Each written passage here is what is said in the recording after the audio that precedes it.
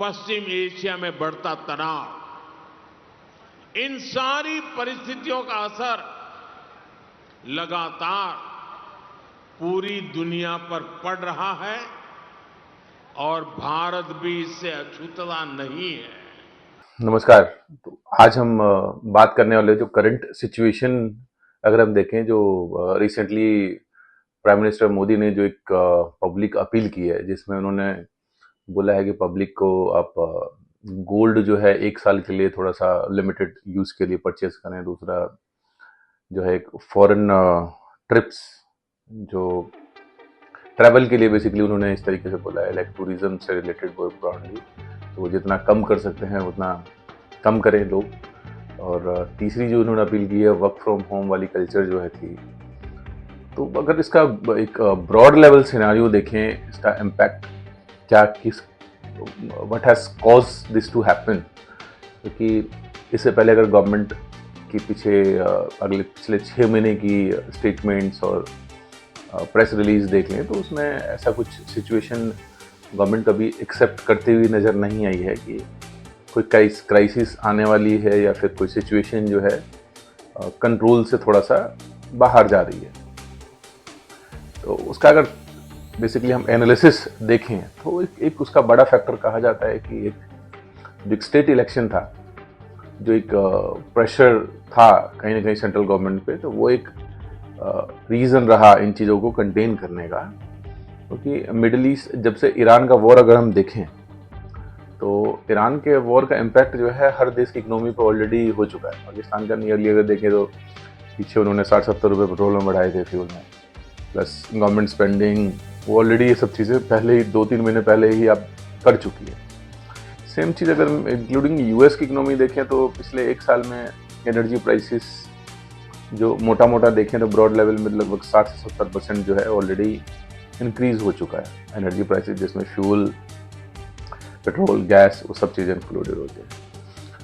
उसी लाइन पे अगर हम फर्दर देखें तो यूएई ने recently fuel price increase announce की थी, जिसमें 10% उन्होंने फ्यूल प्राइस, पेट्रोलियम और इन चीज़ों की प्राइसेस बढ़ाई थी जो रिटेलर्स हैं। तो जो एक कंट्री, जो एक फ्यूल रिच कंट्री है, एनर्जी रिच कंट्री है, वो अगर आज के डेट में कंपेल हुई एक तरीके से 10% फ्यूल बढ़ाने का, उसका कारण क्या है? क्योंकि इंडिया में तो पीछे इन्होंने कंटेन कर लिया था, तो अब उसका इम्पैक्ट धीरे धीरे आना स्टार्ट हुआ है। तभी रिसेंटली देखेंगे तो 3 रुपये इन्होंने पेट्रोल में शायद कल इन्होंने इंक्रीज किए हैं। तो अगर हम देखें ब्रॉड लेवल में, तो सिचुएशन ऐसी है कि 3 रुपये इज नॉट सफिशिएंट 3 रुपीज, क्योंकि जो रिफाइनरी, जो कंपनियां रिफाइन करती हैं पेट्रोलियम एंड उसको आगे सेल करती है, तो उसका लॉस देखें तो द लॉस एस्टिमेटेड कहा जाता है लगभग 1 लाख करोड़ का लॉस उनको हो चुका है इन फ्यूल की परचेज और सेल्स के बीच का जो डिफरेंस रहता है। तो वो एक प्रेशर है, उस प्रेशर को क्या 3 रुपये कम कर सकता है? नहीं।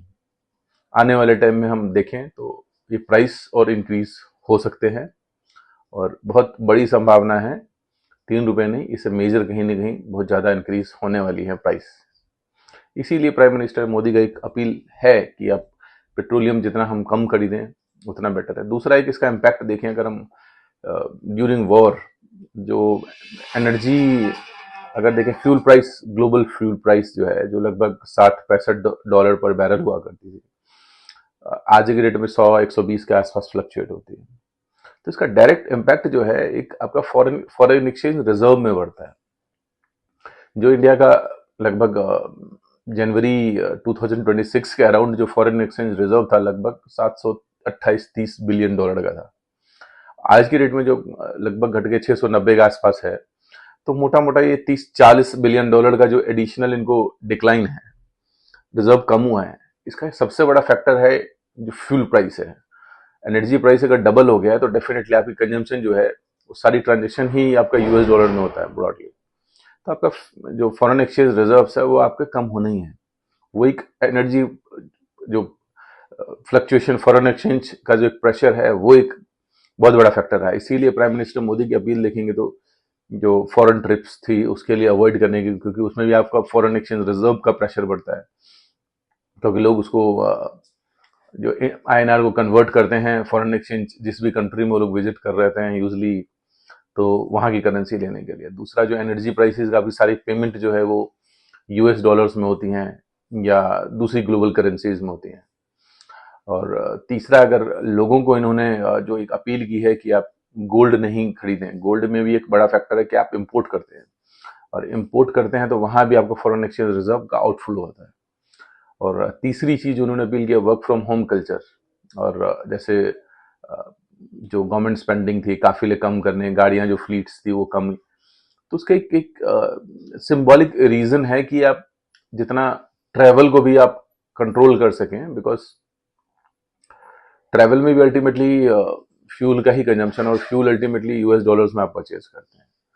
तो मोटा मोटा अगर देखें ब्रॉड लेवल, सब चीज का इम्पैक्ट आपका फॉरेन एक्सचेंज रिजर्व पे है, तो जिसको कंट्रोल करने के एक प्रयास के रूप में PM मोदी ने जनता से अपील की है।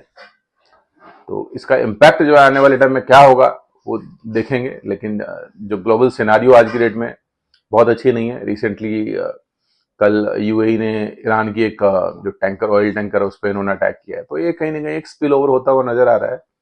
एंड इट्स अ मोमेंट कि क्या प्लान्स हैं, क्योंकि US और चाइना की जो वार्ता है वो भी लगभग फेल होती हुई नजर आ रही है, जो एक कोशिश रही थी। तो ईरान वॉर अभी जो लग रहा है लोगों को रुक गया है या थम गया है, बट उसका इम्पैक्ट आप देखेंगे, स्ट्रेट और हॉर्मुज बंद है, तो इम्पैक्ट कंसिस्टेंट है और कोई साइड उसमें नेगोशिएट नहीं करने को तैयार है। तो ये चीज कभी भी दोबारा स्पार्क हो सकती है, इसीलिए एक अपील है, प्रिवेंटिव अपील है कि आप इन चीजों के लिए आप तैयार रहिए। एक मेंटल प्रिपरेशन के तौर पर आप ले सकते हैं कि आप इन सब क्राइसिस जो है फ्यूचर में वो बढ़ने वाली है, तो आप उन सब चीजों के लिए मेंटली आप प्रिपेयर रहें, तैयार रहें। तो आगे देखते हैं क्या होता है। धन्यवाद।